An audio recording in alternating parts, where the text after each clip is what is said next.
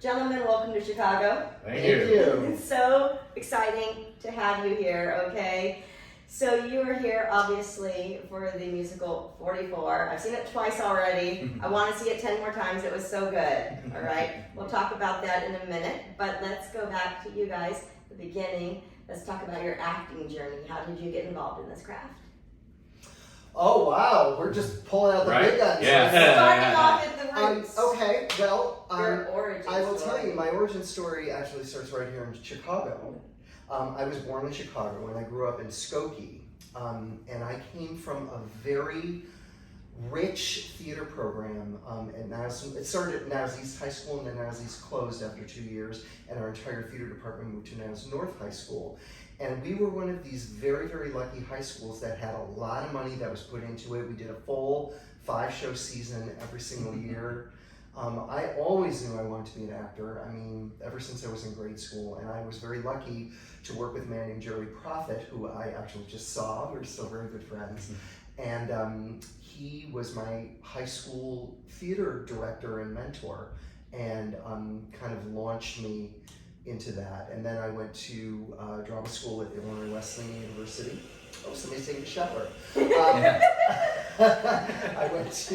We're camped out in Michael's apartment right now, guys, so excuse the white noise. It makes a lot of really weird noises. Like, that's only I don't one. think anybody's in there. It's just like a psycho thing that we're going to do. Well, it is partly a horror show. So Yeah, there we go. right? But yeah, so I went to Illinois Wesleyan University, majored in music and theater, then I moved to New York after that, and I lived in New York for 5.5 years. Went through a Meisner program there. I studied dance, I studied voice with Liz Kaplan.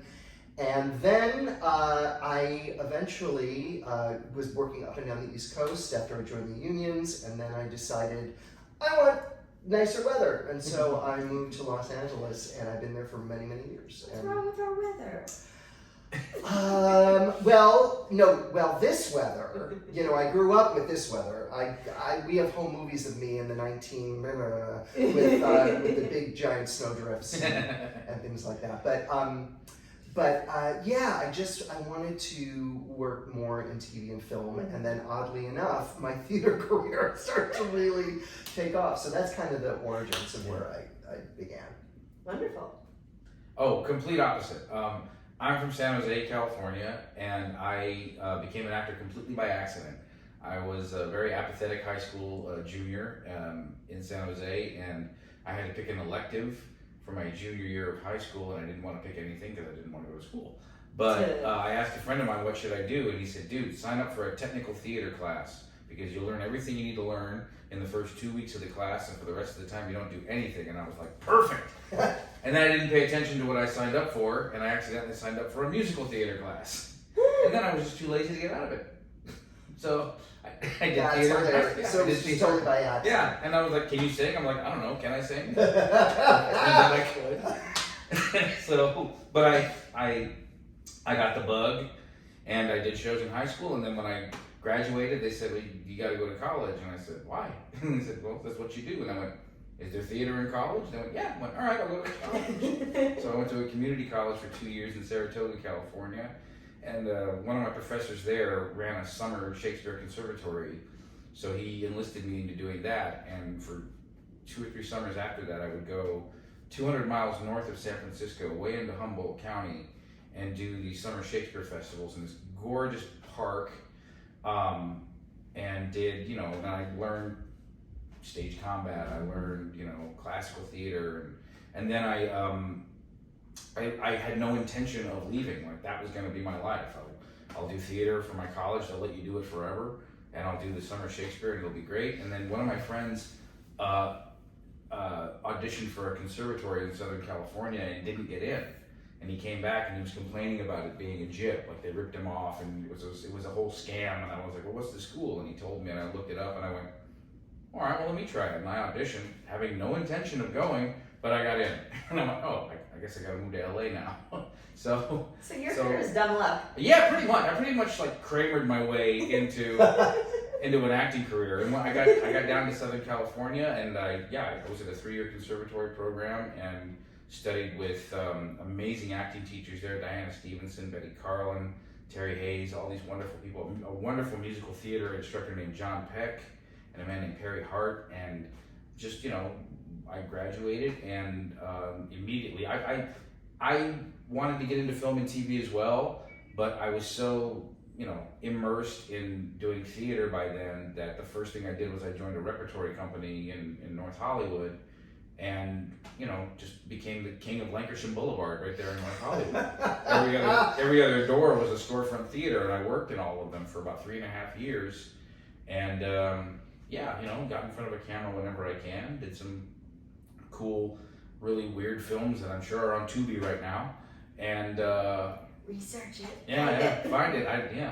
But yeah, that's kind of where it all started. So, what has been, first of all, have you gotten to come back to Chicago area often over the years, or do you kind of just stay over there? Not a lot. I have all those remember that theater program I was talking about, and now it's North High School. Well, I'm still friends with a lot of those people.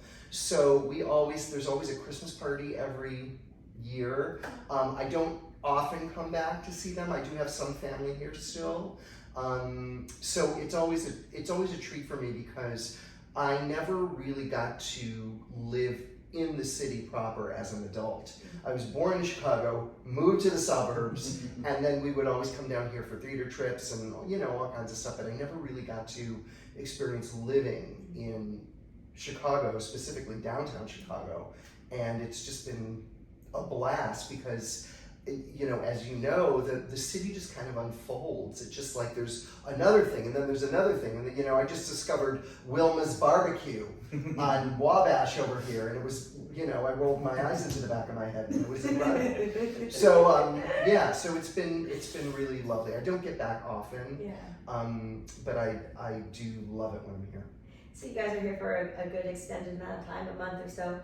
And what have been your favorite things that you've gotten to do when you've been here? Or eat, see, or do? Like what have been the highlights for both of you? Being here for Taste of Chicago was incredible. Yeah. That was fun. Food, everybody goes on about the food, and they're not lying, they're not kidding. That was really cool. The theater's right across the street from, Monument Park, and that's such a vibe and such an experience to have, and just to walk through there. The first day we were here, after we flew in, I just went and I walked around the park for like 4 hours and just sort of like loved being, and just, you can't walk through this city and not just be blown away by the architecture and the layout and you're watching people canoeing. It's such it really has an effect on you. I have specifics with food. Yeah. Okay, we're gonna fight. Where's the camera? Yeah. I have two. Whichever one okay. They're both there. I have very specific food things that I have to do whenever I come to Chicago. Okay? First one is usually as soon as I get off the plane. In this case, I drove across the country because I got my dog with me. Oh. But normally, whenever I get off the plane, I immediately go to Poochie's Hot Dogs in Skokie. Okay. Number one. I just had, for lunch today, I had Portillo's. It's not the same. They're a little light on the celery salt. Oh, for a hot dog. For a hot dog. Okay, I'm talking about hot dogs. Okay. So that's number one. Scandalous. Al's Italian beef. Yes. Al's Italian beef. Hands down. Only one. There it's the only one. There is no contest. No. Now, when we get into pizza, this is where it gets a little. We're gonna fight. So I'm a Lou's guy. I like Lou Malnati's, but Hillary Clinton in our show, who's played by Kelly Feldhouse, she is from Chicago, and she is trying to transfer me into a Pequod's guy. Convert, thank you. Convert me into a Pequod's guy. So I'm actually going to Pequod's next week with an open mind, and I'm gonna go for it because I remember it from years ago, but I haven't had it in years, so I can't really remember. I've had it once. Okay. And okay, so what's your favorite pizza? I'm an Uno's girl. Oh, But only the one here. shocking. Well, not why. Well, because Uno's is like, they have it in New York. But no, they have don't. it in Because I work there, so let me tell you the story here. Okay? Learning. Yes, I'm very passionate about pizza. So I work at 2 pizzerias Okay. right now, right? And someone says, well, tell me about this place. I'm like, what do you want to know? Like, that's like, what do you want for Christmas? Like, details. What do you want me to tell you? Well, how to start? I'm like, pizza? And they're like, yeah. I'm like, okay. So, deep dish pizza was invented by Pizzeria Uno in 1942. Oh, and damn. then it became, I'm telling you, they drilled into us. And then it was so popular, 2 years later, they opened Pizzeria Due, which is the one I worked at, which is where I bring people, same recipe, same pizza, same staff, sometimes the managers bounce back and forth. Everything at those two are the same. But as soon as you leave out this neighborhood, even in the suburbs, different recipe, the chains are different. Where people are like, oh, I had that in Ohio. No, you didn't. No, you did not. Oh. So the only time you're going to get the original recipe is at these two locations in River North. Site specific, Okay, right? I just got schooled. Right. Yes. That's amazing. Yeah. I had no idea. Now I work at Giordano's and Paisanos. Paisanos is owned by Lou Malnati's brother, Rudy Jr. Rudy Malnati Jr. Right? You want to talk pizza? This is like a Lifetime movie. Right. This is like the Rudy Pizza Wars. Rudy Malnati Jr. was with us until 3 years ago. He died on Christmas Eve, like 3 years ago. But he was always there to micromanage us to death.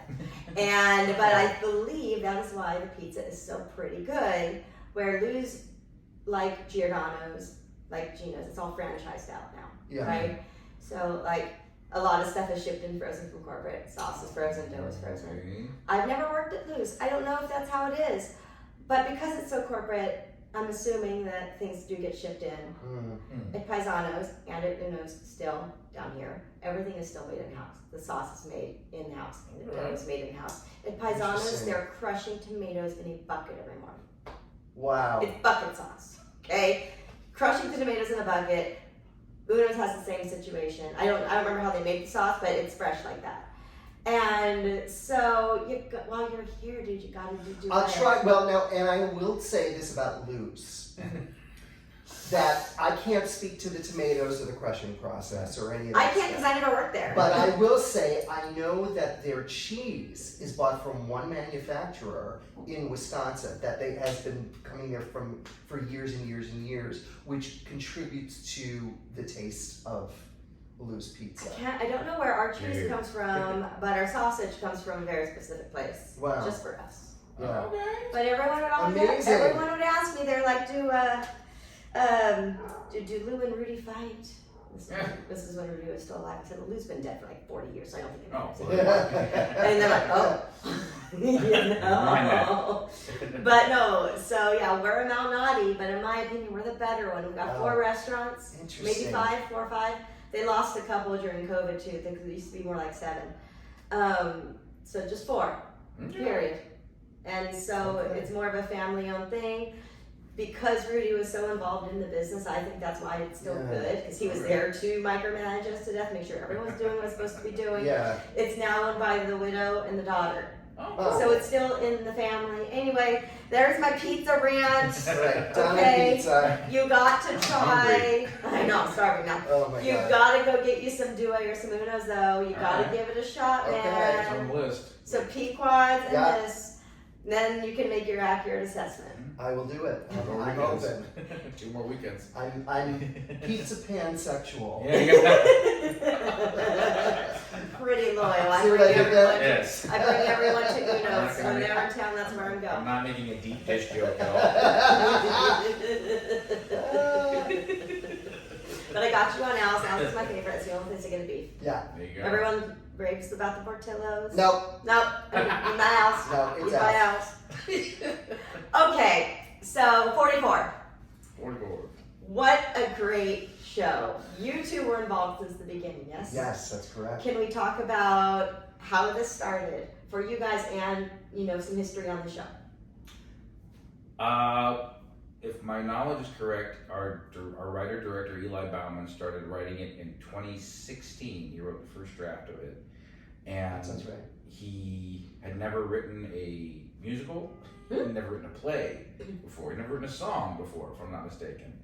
And he wasn't sure what he was going to do with it. He's a film and TV background as well. And also he also did work for the Obama. And he worked for Yes. the campaign. I think in Vegas. I think Yeah. he's in Las Vegas. So he has a little inside. Yes, absolutely. definitely. And then he met Monica on a writing job. He wrote a speech. Yeah, Monica, who is from Australia, who is our lead producer, she is a philanthropist and a big supporter of the arts, not only in Australia but all over the world. And she was giving a speech for an organization, and I think it was recommended that she connect with Eli. I don't know how exactly they met. If it was probably with you, yeah. Probably through friends, but he wound up writing a speech for her, and she delivered that speech, and it was a great speech, and they became friends. Yeah. And then he wound up saying, you know, I'm working on this kooky project right now. Would you want to help fund this? You know, and she said yes. Yeah. And so that's how she kind of got on board. Yeah, and then, you know, through various connections, like with Anthony Brewster, our music director, he's worked with him on things like, you know, award shows. I know that the band, our incredible band, does things like the ESPY Awards and all that, and you know, it's all you know, industry connected. They are so fantastic. They're incredible. They're great. They're great guys. He went to Brewer. He goes, hey man, I wrote this musical. You want things like, yeah, all right, cool. And he loved it. And so that was sort of how like the production aspect of it came together. And then in 2021, they wanted to do their first reading workshop of it and contacted pretty much like the leading casting director in musical theater in Los Angeles, Michael Donovan, and said, we need people for this reading. So Michael reached out to various people and got us together, and we did our first reading in early 2021. Yeah, I mean, it almost was like, it almost sounded like a joke at first. It did. Because Michael called me up. I had worked with him several times. He had cast me at the Hollywood Bowl. He cast me in various other projects, and he said, "Would you want to do this kind of weird, kooky reading of this musical about Obama? And we want you to play Lindsey Graham." And I was like, "Yes." Yeah. That's how long it took. I was like, this sound, because I do a lot of weird, quirky musicals anyway. Yeah. And so I was like, this is kind of in my wheelhouse. So, and then sent over the script, and I was laughing out loud just reading this ridiculous script, which was like War and Peace at the time. And so we all got together. It was at Edge, I think was the first in North Hollywood. We all got together. I want to say it was like a cast of like 20. Yeah, there There were was a like lot. 20 actors in it initially. Yeah. There were tracks where Eli had recorded all of the voices and all of the parts, and we were like, what is this? Yeah. Because it was an unconventional way of working, of first doing a reading. And so the goal was to present this at the Bourbon Room as a reading. And so we did our first reading, and it was like 4 hours long. It was, yeah. We started at 7:30. Yeah. We went to intermission at 10:30. Yeah, it was a long event. It was But Oklahoma over there. It was, but it had lots of what our audiences don't really understand is that we lost a lot of very rich, amazing material, but we had to, because we really had to focus in on the story that we were telling. Yeah. And so a lot of these really great songs kind of got chipped away. Who knows? Maybe they'll come back on DVD extras or something like that. Or maybe, who knows?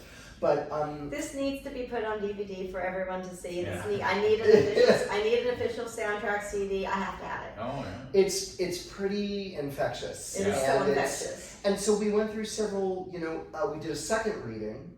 That was shorter, and then at intermission, Eli pulled us aside and he said, "Okay, we're going to rip 30 pages out of the script during intermission." Yeah. So we not only ripped scenes out, we ripped out musical numbers, we ripped out everything, and just cut the show down. And then eventually it went into production, and then there were cast changes along the way, and the cast kind of got more focused to the 11 actors that work at one time. Yeah. And the other thing to remember too is like one of the other jobs that Eli had was he wrote for Saturday Night Live. Mhm. So he's used to writing Sketch comedy, yeah. But what was great, what was interesting about that was it made cutting things a lot easier because he knew how to edit so well in his own mind that he would make these really intricate cuts. And at first you'd be like, why are we cutting that? And then we'd see the result of it and be like, oh no, that works way better. So that was another really healthy advantage to have in those early days in terms of shaping what the show would become when it left the Bourbon Room finally. And I imagine having him working for SNL in that capacity, he got used to cutting things, so nothing is precious. Yeah, I mean, I think so. You know, as a writer myself, I will tell you, one of the hardest things to do is to kill your babies. Mm-hmm.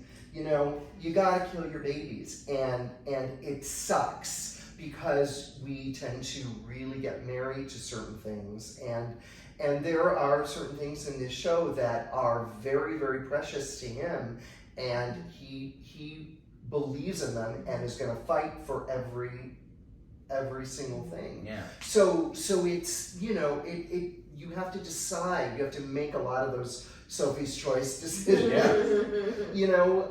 And he struggles with them. And he does, and then also we do too. Yeah. You know, because it's like, it's an evolving thing. You know. It's constantly evolving. Yeah, and those of us who are like, you know, the day oneers like us, as we've gone on, we've gotten a lot better, I think, at rolling with the punches and adapting on the fly. We've had to in some instances, but it's also, again, the commonality is that the goal is to shape the show and, you know, make sure the show is tight and cohesive and still funny and still poignant and still, you know, very much this love letter to Obama that we all want it to be, and it's great because the shorthand that we all have with each other at this point is something that I think every actor dreams of on stage. Just being able to get up and, like, something might go wrong, and it doesn't matter. The audience will never know it. Like, something's different or something gets switched, and it's just like we don't even bat an eye. I mean, there's like six of us, right? Or seven.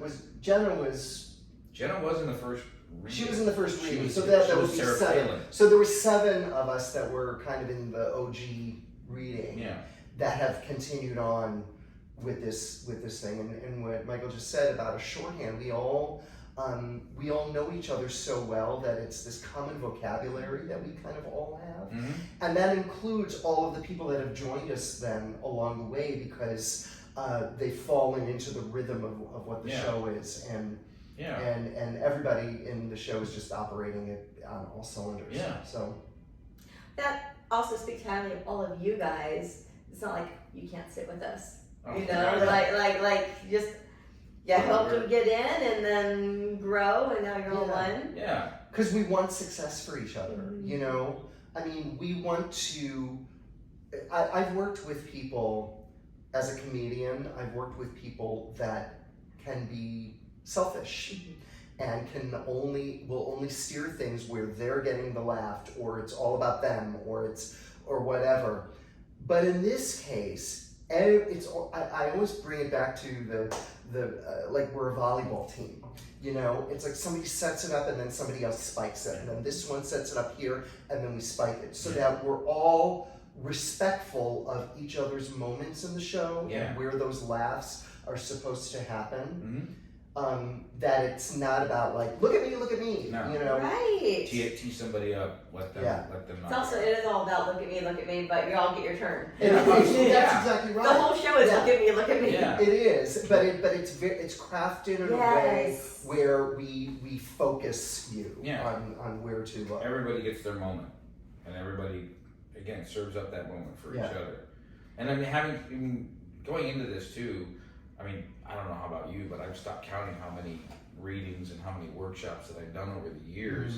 And it was really, you know, I was thinking about this the other day, like, I got to a point where I was in this process with some of these earlier shows and things that I've done, and like watching and learning and watching how people who are trying to create and trying to build something and trying to make something that will just sustain, which is hard enough to do, but you invariably see them make the same mistakes. Like, they get impatient and they want things to happen before they're ready to happen. and then the floor falls out from under them, and that's it. And with this show, it's been really interesting because it's definitely a different approach to producing theater, but at the same time, it's still very collaborative, it's very cohesive, and it's very respectful. And again, because we all want everybody to succeed, that I think has been a missing ingredient in a lot of the shows that I've done before. Because a lot of 9 times out of 10, it is somebody wanting to be a star in an ensemble. So the fact that we've gotten this far and we're here and we're going where we're going, I think speaks a lot to that cohesiveness. It does, and it's also fresh Yeah. all the time. You know, sometimes when you do a long running show, it can be mundane. You know, this is the second longest show I've ever done. The first longest show was I did The Genie in Aladdin, a musical spectacular at Disney, and I was doing that for 8.5 years, and it was, you know, it's a grind. It becomes a real grind. With something like this, where you're operating with people that are as good as everybody is, you cannot be the weak link. So when we all come into that space, we all have an understanding that this is the first time this audience is seeing it. This is how we're going to, you know, find new things in every single performance, and that's just how it's been through this whole process. It's never been like, oh my God. No. I mean, you know, sometimes it's hard. Sometimes, you know, you don't show really days. feel like coming to work. But once you get into that space, once you get on the ice, as we say, it's like, oh yeah, okay, this is what we're doing, and now we're gonna dig deep and we're gonna find new tricks and new things to keep it fresh for an audience. And there's no pushing, there's no forcing. It's second nature at this point. Yeah. It really did seem to be natural for everyone, and I don't want to say that, you know, you're a natural Ted Cruz. Sorry. No, it's fine. You know what I'm gonna say right now. Yeah, Say it. Fuck you, Ted Cruz. There's a song in the show. That's a song, guys. And people don't believe me when I say this. That's my favorite song in the show. Such Yeah. a good It's song. one of my favorite songs too. I can't pick a favorite. They're all so catchy. I can't. Going back to Michael Donovan in the casting, when he called me, he said, all he asked me was, can you rap? And I went, what? Can you rap?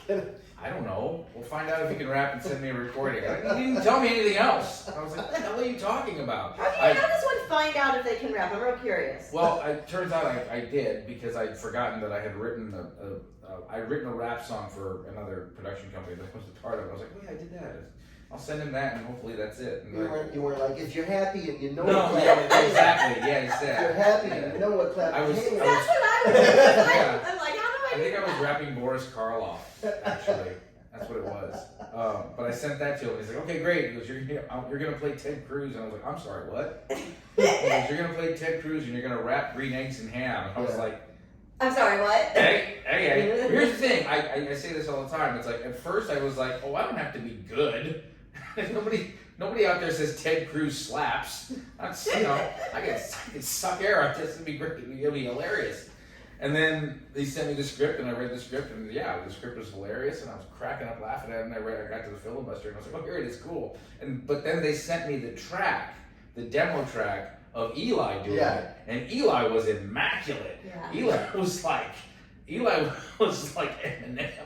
And I was like, oh crap, I gotta be good at this. Eli does us better than we do. He does. He does. It's Eli, his yeah, it's his voice. It really was. So I was like, oh my God, I gotta really be good at this. And thank God I do this song with Larry Cedar, who's Mitch McConnell, because Larry is a drummer. So Larry's rhythm is precise. And What? Larry's a drummer. Yeah. He plays drums? Yeah. That's How the only do reason. I not know Larry that? does everything, don't you know? Yeah, Larry's the jack of all I trades didn't in know our he show. played drums. Yeah. Well, I play clarinet. Well, there you go. I'm gonna out Larry. Larry, as we've seen, Larry's a dancer. He is. You Oh, know, yes. from way back, so we bonded over that. But he said, I mean, I'll have to go back to the interview, but when I was interviewing him, he's like, when I got approached to the show, they said, on a scale of 1 to 10, how can you dance? And he said 2, because he didn't want to dance. Yeah. But I'm watching the show, I'm like, he's dancing a lot. But that's what, I do that too. Because Yeah. I used to be a dancer. Yeah. I did ballet, jazz, tap, the whole Yeah. thing. And And as you get older, you know, when you're younger, you're like, who wants to do a double tour in the middle of the thing? You're like, yes, me, more stage time. And then now it's like, I step back. I'm like, when do I get a break? Yeah. When can I have a coffee? Okay, Sheila. Yeah. But Larry has found his inner pimp. The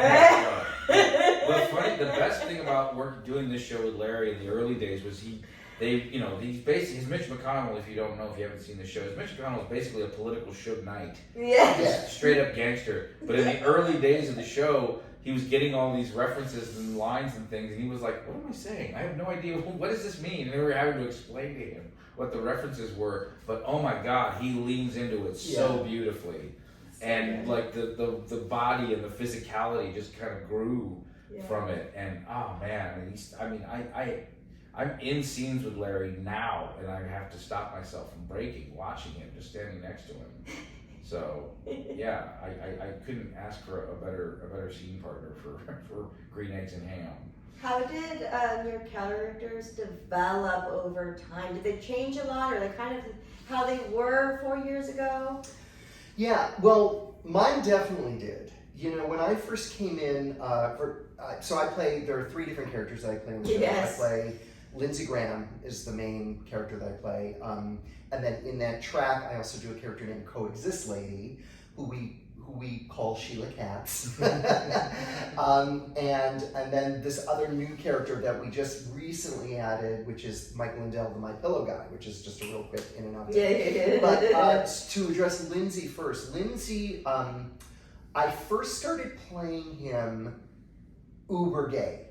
Like, I mean, really, like high voice, and it was, in the readings, it was too much.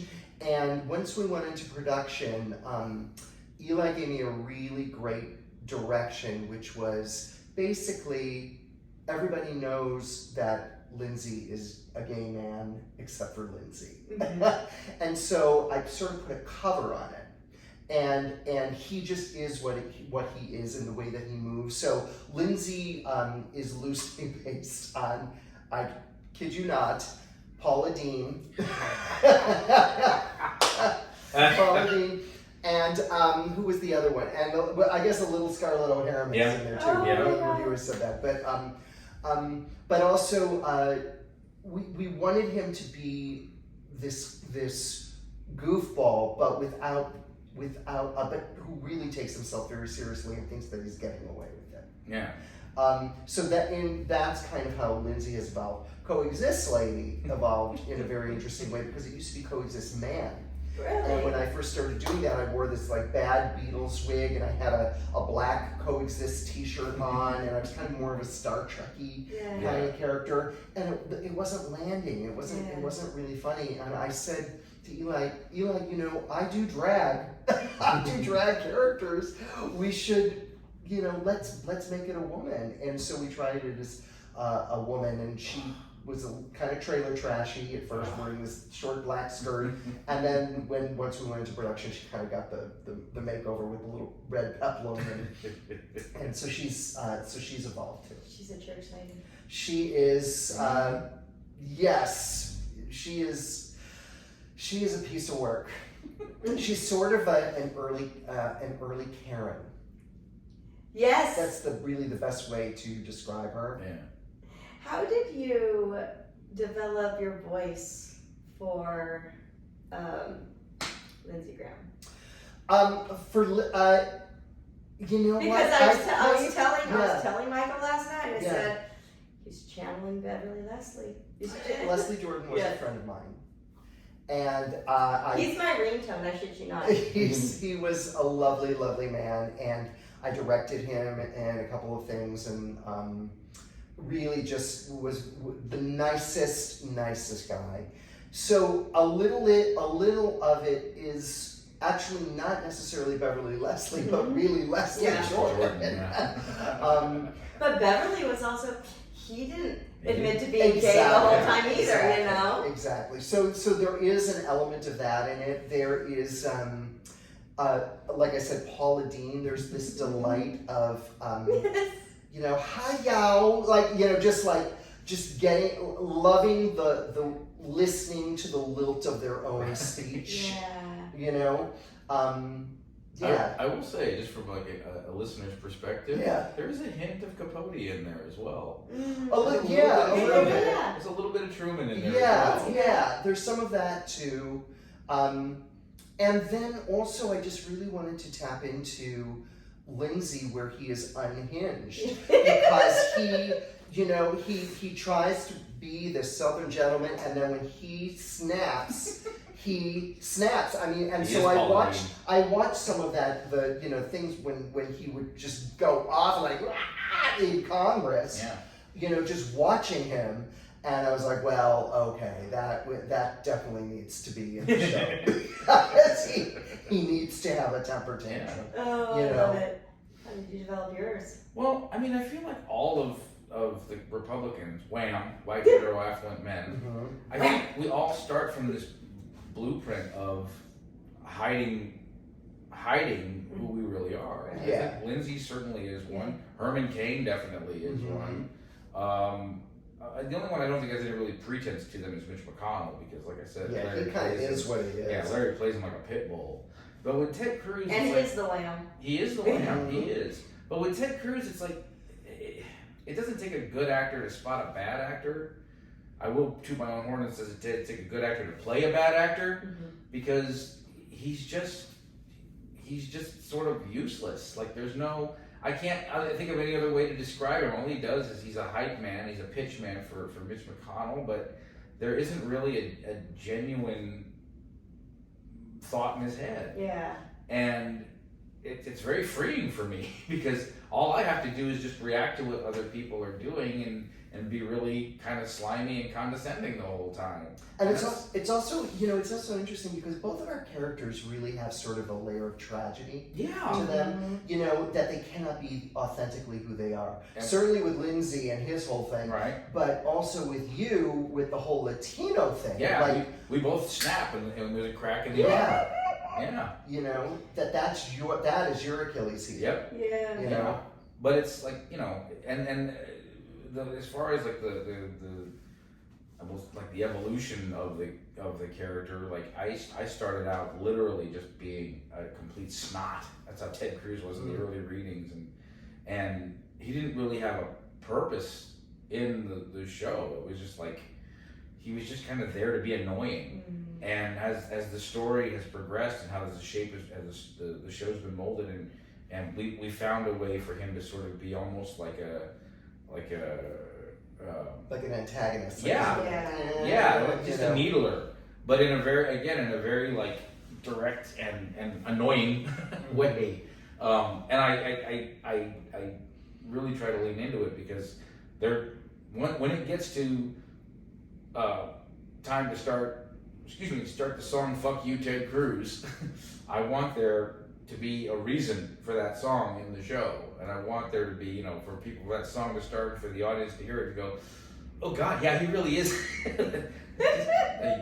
Shit, I hate this guy, Yes. So if I can contribute to that, as much as the song in the show is a tribute to the real Ted Cruz. I'm sorry, but it's like it's his face on the screen, not mine. Yeah. So I'll also like keep it at an arm's distance so that he gets his due for it. And one other really interesting thing that really I started to really understand and embrace, I think when we were at the Kirk Douglas Theater, is that the way that we behave in the show, the way that all the Republicans behave, it's all through the lens of Joe Biden. Yeah. It's all through the lens of how he is seeing us. Yeah. So that's why we can kind of afford to be a little bit more bizarre because it's coming through him. That makes sense. Yeah. He is the narrator of the whole thing. Yeah. Because sometimes people are like, oh, are you guys doing impressions? Or we're like, it's like, well, we're not doing impressions. No. We're trying to get the essence of who these people are, but through the lens of the way Joe Biden is telling us. Yeah. Which is hilarious, by the way. Yeah. Can we talk about the brilliance of Chad for a second? Okay, let me tell you. Oh my God. Let me tell you about Chad. So, I've never laughed so hard. Chad was part of our original group. Yes. Chad was, in the beginning of the show, we all come out, we all have basically different characters. There's like baritone believer. There's what's yours? Yours is not non-believer, but it was non-believer. Yeah, but it's the Republicans and Democrats basically. And my character is tenor believer because I sing the tenor part, and so that's what I do at the beginning. Well, Chad in the initial readings of it played that role. He played tenor believer, and then he also played the role of Mitt Romney, which was in the audition scene that we do, where instead of using projections, we had Chad as the same actor looking exactly the same coming out as every single Republican candidate. With a different tie on. With a different tie on. And it was hilarious and it was really funny. And we had another actor, a very talented actor, a friend of mine, who was playing Joe Biden at the time. That, as we went on into the readings, it didn't really work out for that particular person. And so then we were like, well, Eli was like, Chad. Yeah. Like, Chad is perfect. And so when Chad stepped into that role, it kind of created this whole, things became much clearer, and he found all of these Joe Biden nuances, you know, that affected all of us and affected the entire production.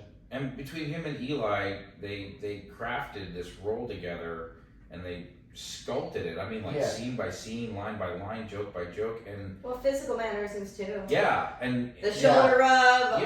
All the physical stuff. But also, they also kind of discovered the tone of the show. In that regard. That I think is one of the biggest things, is that we really discovered the tone. Once Chad started playing Joe Biden the way he was playing. Yeah. Because it affected TJ's performance as Obama. Our Hillary's had somebody like incredible to play off of, and that character grew and advanced, and then just like, you know, interactions with us as well. And he's the link. He's the link between everything, the audience and what's going on. You know, like the voice of the people character is in a way the Greek chorus, but yet Chad, as Joe Biden, is the link into the story, who brings us back into the story, takes us out of the story, brings us back into the story. He's breaking all those walls. Yeah, he is. Definitely. And what's wonderful about the way he's evolved the character is, like, there were nights, remember at the Bourbon Room, there were nights where he comes out and he sort of introduces the tops of each scene. But, you know, we were such an ever-evolving show during those days that, bless his heart, he would come out some nights to do an intro and he'd go, I have no idea what I'm supposed to say. And he'd just turn around and walk off. And it worked because Joe Biden. Or sometimes Eli was sitting in the band and would be like, okay, we're going to do auditions right now. He goes, what do I say now? Well, we're doing auditions. Oh, yeah, okay, in the bottom of a volcano. And he would just go. And we're sitting at the table going, oh, God damn, Jack. But we're laughing. But it all kind of we're laughing. It contributes to the looseness of the show, you know, and that's one of the things about the tone that we like to keep it loose. How he opens it, he just stands there, like in a frozen haze. And he lets the audience take him in, and they immediately get what he's the joke. They get the joke, and like, oh my God, this is hilarious. Chad's standing there like this. It's perfect. My new favorite thing that he does is when at the top of Act 2, you know, he's trying to get off the desk. But what he does, and I'm probably going to go off camera when I do this, but he's got his long pants on, and he goes, he's like he's hiking up his pants to try to get down. It cracks me up every time. And we have no, like, this is probably not the best theater etiquette, but we have no control over ourselves in the wings watching each other. Like, we crack each other up in this show, and we're just like, we're shameless about it. We that's how much big of fans we are of each other. Everybody in this show does something that at some point or another just kills the rest of the cast. Well, that keeps it fresh. Right? Like you said, stale, monotonous. You don't want to be phoning it in ever, right? Well, I told Michael, I said, I want to challenge Chad to a tap dance off. Well, I don't know how much tap you really. That's accurate. Okay, so he's gonna hate me. Oh, yeah. Can I say this?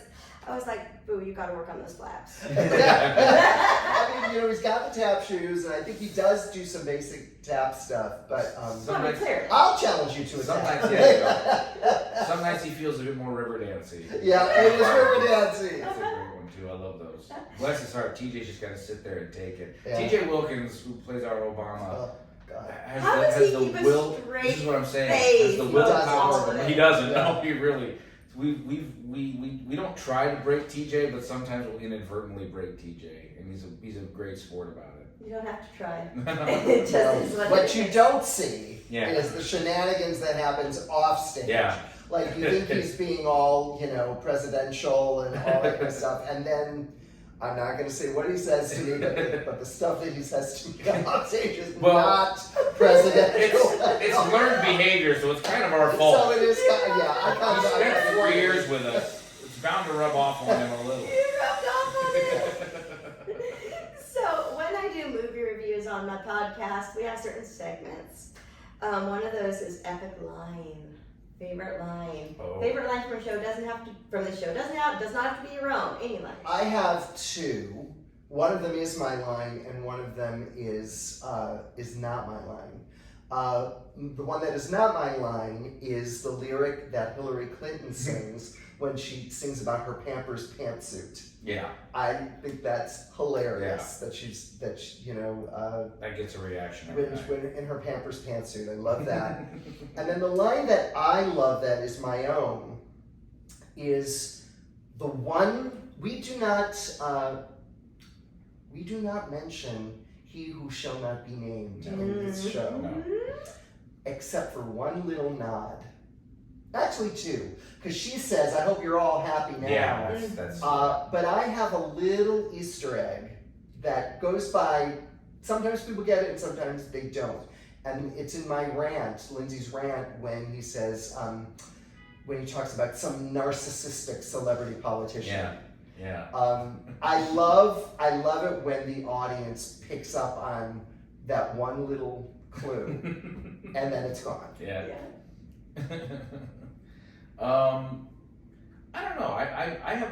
Mine is one of my lines, and I'm really proud that I get to say it, because in Filibuster, when I come out and we're about to do the green eggs and ham, I'm the only person in the show in the ridiculous absurdity of our show who gets to say, "This actually happened." Yeah. That means a lot to me, because the audience doesn't know what I'm about to do. And I forgot it actually happened. Yeah. It's like, oh yeah. And I come out there and I'm dressed like, the emaciated Kool-Aid man holding a copy of Green Eggs and Ham, and I go, "Yes, this actually happened." And then I start, and they're like, "Wait, this actually happened?" I can see people like, So- seriously? Mayor Karen Bass in Los Angeles has seen the show twice, and she came when after one of the performances. She said, "I was actually there Yeah. when When that happened." actually Yeah. happened. She loves to tell me that. And I was like, "What did you do?" She's like, "I just sat there dumbfounded going, what is happening?" What? I didn't know, what is he doing? Yeah. And that's kind of like Ted Cruz in a nutshell. Yeah. What is he doing? It's like, oh, what are they doing? Yeah, but that's my favorite. Like, this actually happened. Another segment I always do is fashion moment. There's so many delectable looks in this show. What are your fashion moments? Well, I have some really interesting things to wear. Yeah. So, I don't think anybody comes close to you. I mean, in the opening, they made me so that for many years of the show that we've been doing it, we all came out in kind of our own clothes, like we were normal people, and then they decided to make it a little more high concept, and they decided to, for this run in particular, make it Specific. slices of different societies. Yeah. So we've got a guy that kind of looks like a professor. Mm-hmm. We have a girl that kind of looks like she's maybe a news reporter. He is, dressed like kind of a Republican, Preppy, sweater, preppy, vest, like tie. he's going on a golf course. Yeah. And me, they put me in a version of Coexist Lady, but they put me in this blue sweatsuit with all these like symbols all over. I look like I'm a fortune teller. You look like if The Sopranos had I sponsorships. know. So that I love that sweatsuit. It's like That's it's great. very comfortable. It's so ridiculous. That's one of my favorites. I love that. But also I do love the looks that I have in the show. I love the red peplum dress that I wear for Coexist Lady, and I love my little seersucker Lindsay suit that I've had forever. You know. I too, I really love the specificity that we've had in this run. Like, Yeah. this is the first time in 4 years I've had to have like costume changes, quick changes in the show. Because it was just like And you said, you guys have some quick Yeah. changes Yeah. and some quick transitions from one side of the stage to the other. Yeah. I'm like, wait, what? One gender to the other. Yeah. But I really like that, you know, even Ted Cruz now looks a lot more like somebody who looked like a Texas Yeah. Republican. Like the cowboy The boots, are the Yeah. boots you got. a real big effect, and so that's really nice. And I do like the opening costume too, because myself and Kelly Feldhouse, who before she plays Hillary Clinton, is just has this wonderful Karen look, like with the spiky hair and the vest, and she and I together look like the most horrific couple you would It's possibly. like all of stage right are douchebags. Yeah, and then Yes. and then Larry is like Larry the cable guy's next door neighbor. So I really like impressed with our costuming this run. It's really dialed in. Yeah, and given us, this guy Matthew. Just nailed it. Yeah. Nailed it. other than my own, I've really noticed this a lot. I really love the way they've been dressing Shanice for Michelle. Yeah. Mm-hmm. Yeah. It's very, like, again, Matthew's eye is so great. And Her costumes on Costumes that are official opening. yeah, and it's like, and even in the scenes with her and TJ together, like the suits that she's wearing are very like on point and very, and really do add to the aura of Michelle. So well done, Matthew. Yeah. Even with him, because we've never had a tan suit before. Yeah, he finally gave a tan We suit. finally got a tan suit. Yeah. So those are the ones that really stick out in my mind. I love it. So you have about, by the time we get this out, a week left in Chicago, and then off to New York. Well, off to LA first. Yeah. Okay. We're gonna go. Are you going to be performing there? Or is it just No, down it's at sea? rehearsal. It's Yeah. rehearsal. Okay. So we'll be getting our sort of New York version ready, which I'm assuming will be very similar to what this is. But I believe we might be having a few cast shifts that are going to be happening, and then a couple of other things. And then we will fly out to New York, and then we start performances, I think, on October 14th. Yeah. We'll be at the Darrell Roth Theater, which is a fantastic off-Broadway theater that I was hoping this show would go to. Really? Specifically? All for years, because the building itself looks like a government building. Really? It looks like it's an old bank. It's a historic old bank that was transformed into a theater, and it looks like it could be the Lincoln Memorial. Yeah. You know, so our show just aesthetically is going to fit really, really well in there. One of the other reasons that we always have rehearsals, between runs is we also have to adjust our set to whatever stage we're going to be on. Yes. We've done this show on every possible kind of stage you can imagine, from like a cabaret venue to a church. Where there was no set, by the way. When it was Yeah. the Bourbon Room, it was 2 doors, 2 little stairways, Table and chairs. and table and chairs and projections. Yeah, that was it. And that's how it was the first time we were here in Chicago at the Epiphany Center when we did it there. It was a big old cathedral, and it was bare bones.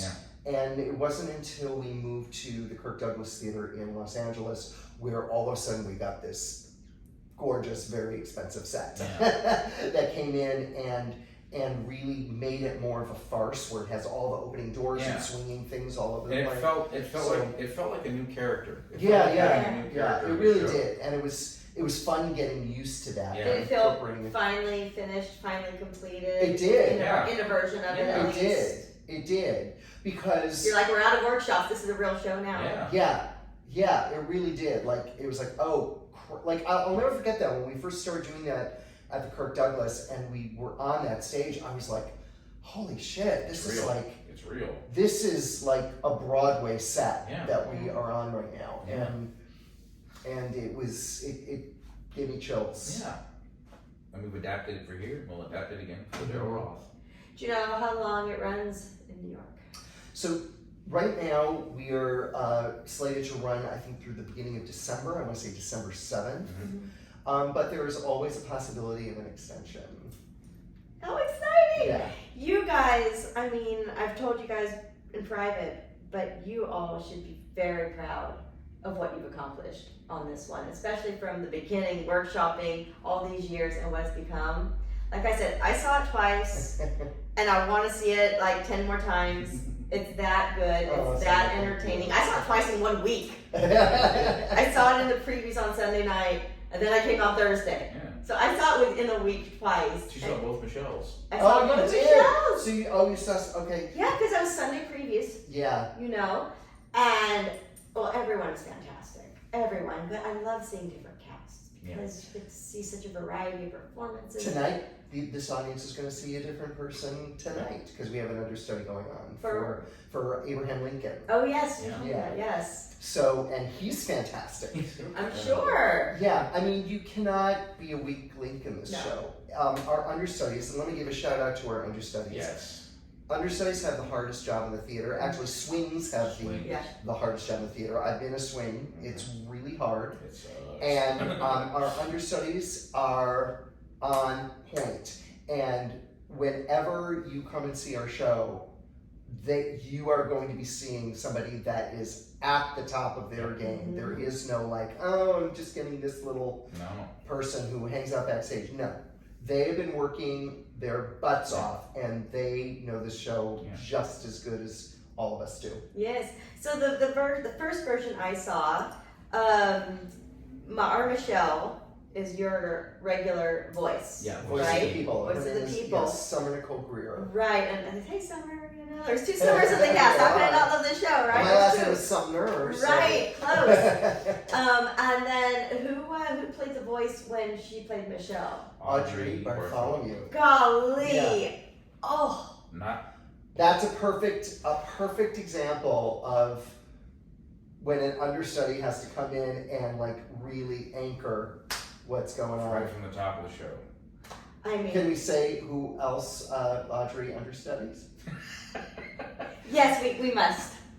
Who else does Audrey Right here. understudy? Apparently, in 4 years, the only other person who can do green eggs and ham besides myself and Eli is Audrey Bartholomew. Is that what made That's that what decision? I've been told. I haven't seen it. I may have to push you down the stairs. Yeah, I may get Tanya Harding. Okay. Just No, so no. I can be Yeah. in the same room when she goes on and does that in I full Ted Cruz I job. would take a sick day just so that could You're happen, so I could see it. Yeah. I'm sick, but I'll be Yeah. watching you for But and Eli too has said, he's like, I love Michael has never missed a show, but I'm gonna be honest here.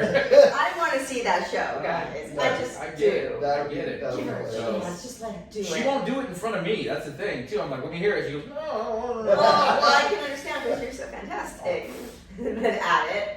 It's kind of intimidating. That's how we roll. Anybody can be anybody's understudy. And speaking of costuming, like my favorite costume was like her Voice of the People costume. Yeah. And I believe it was like the red sparkly The red bra with the coveralls. And that costume has really evolved. that was over such a time. great, beautiful costume. When we first started doing that, we've had several actors play Voice of the People. All of them phenomenal. Yeah. All of them bringing their own sort of signature to the role. But it was a bodysuit. That character used to wear like a black and white bodysuit, Like a tight one. like Yeah. tight. It would have like stars on it, Like a and then yeah. and then it kind of evolved and changed with different people and different body types that were flattering to the people that were on stage. And it's kind of evolved into this Rosie the Riveter Yes. It's the best. costume. Yeah. It was awesome. Anyways, I loved it. Okay, to wrap us up, we're going to the Delve deck. Oh dear. The what? The The Delve what? deck. The Delve deck. Delve What deck. is that? Okay, so I've started incorporating this at the end of my interviews. It's a fun way to wrap it up because I don't even know what it's going to be. Okay. You know? So this is a set of decks. This is one of three. produced by the company Boardwalk from Los Angeles, BORED Walk. They're an artist-owned, progressive, independent business that does graphic tees, activity books, and things like Delve decks, right? And I support them every chance I can get. I love what they stand for. I love their products, you know. So I just thought this is a fun way to start ending my interviews. And it's just, you know, some questions on these cards. I love stuff like this. Even I do. And there's all different, like, levels of depthness based on the colors, because there's some dark, some light. Like, I'm not going to pick on one that says you're going to die. Yeah, seriously. No, but as I told Larry, if the right card comes up for the right situation, he's like tarot. I said, absolutely like Love tarot. it. There you go. You know, and so I used to read runes. I don't remember really how to do it anymore, but I used to. Yeah. So I totally get this. Right. Right. And, you know, so there's all these different colors, and I'm just like, we could get an easy question, like, what's your favorite vegetable, or we could get something really deep, you don't know. So, Okay. here we go. All right. All right, I shuffle. Oh, now I'm nervous. I'm nervous too. I'm like, all right. So, ooh, it's a dark card. It's going to be a good question. Ooh, I like it. What makes you feel most fulfilled? Oh boy. I know, it's tough. It's tough. No, I know. A couple of things. I have two. One of them is my dog. Oh. I am a big dog person. I have a dog named Duffy, who is with me. I drove across the country with her from LA. She's precious. I love her so much. It's gonna kill me because I have to leave her behind when I'm in New York, but she's gonna be well taken care of. But Duffy is one of them. And then the other thing that makes me feel very fulfilled is when I am on stage and I am able to have a moment where a joke lands and then the laughter rolls through the audience and keeps rolling and rolling and rolling and rolling and rolling. That makes me feel good because it fulfills me as an artist, but it also helps me, it provides me joy knowing that I am bringing joy to other people. So that's my dark answer. I love it. This is the joy version. They may have a grievance version. They've got a general one, but this is the joy edition. Okay. So these are some good, thought-provoking. Yeah. So but it's not like that show James Lipton where it's like, you know, when heaven exists. Yeah. You know, What's your favorite curse Well, I do love what's your favorite curse word. What's your favorite curse word? word? What is my favorite curse word? I know mine. What Can I is say it? Yeah, do it. Can I say it loud? Cunt! See? How am I going to top that? My favorite curse word gets used about me a lot. And I walk in and that's you. I walk in the room and people go, oh, this motherfucker. Oh, yeah. Yeah. This motherfucker. So. Well, I love the word fucking all of its versions. You know, fuck you, fuck off, fuck it, let's fuck. I don't care. I love it all. A multi-purpose. It's a multi-purpose word. It serves everything. And the tone. Yes. It can be angry. It can be happy, joyful, playful. You know. We use it in various ways I on know. our show. We get a good use out of it in A our lot. show. Anyway, what fulfills you? Oh, gee, what fulfills me? My family first and foremost. Oh. Because I would not be here. I would not be a part of what I'm a part of without my family's support. There are no other actors in my family, and they don't understand this life at all. But God bless them for many years. They've, enabled me and they've supported me and they picked me up when I've been down, and I'll be grateful forever to them for that. That and very much what Jeff said about having that moment on stage in front of an audience where it isn't just a laugh, it's just the effect that you have. Mm-hmm. When I was in college, I had a professor say to me, your job as an actor is to affect your audience. And if you can make that happen, that's very fulfilling. So very much those two things. Beautiful. Ride 44 playing at the Studebaker Theater. Was it 410 South Michigan? Is that the address? I believe so. I think. I believe so. Yeah. All right, it's the Studebaker Theater at the Fine Arts Building, playing through September 21st. So we're almost done in Chicago, but then off to New York. If you're in New York, you have to check this show Come see us. out. It's gonna be so good. I'm so bummed I can't be there for New York. I would take a trip just to see it, but I'm spending like 3 weeks in California already, so I can't take any more time away. Yeah, we're excited to see what kind of effect New York is going to have on the show. Not just the show on New York, It's but going to be vice versa. fun. Do you know what I just realized? These are like flesh colored, and it probably looks like I'm not wearing any pants. I probably look like I'm like completely bottomless We can burn this during couch. this It's entire fine. interview. I'm It's like, fine. Hi, I'm naked. They can get rid of the couch. Well, pretend it's 2020. Yeah. It was a pants optional Yeah. work day, right? It's like, wait a minute. This is like these are Well, don't do that gesture if it looks like you don't have any pants on. Well, good night, Not ladies and wearing gentlemen. any trousers. Oh, Lord. Thank you, gentlemen, so much for this time. Thank It's you been so such a much. great hour. I appreciate it. Thank you.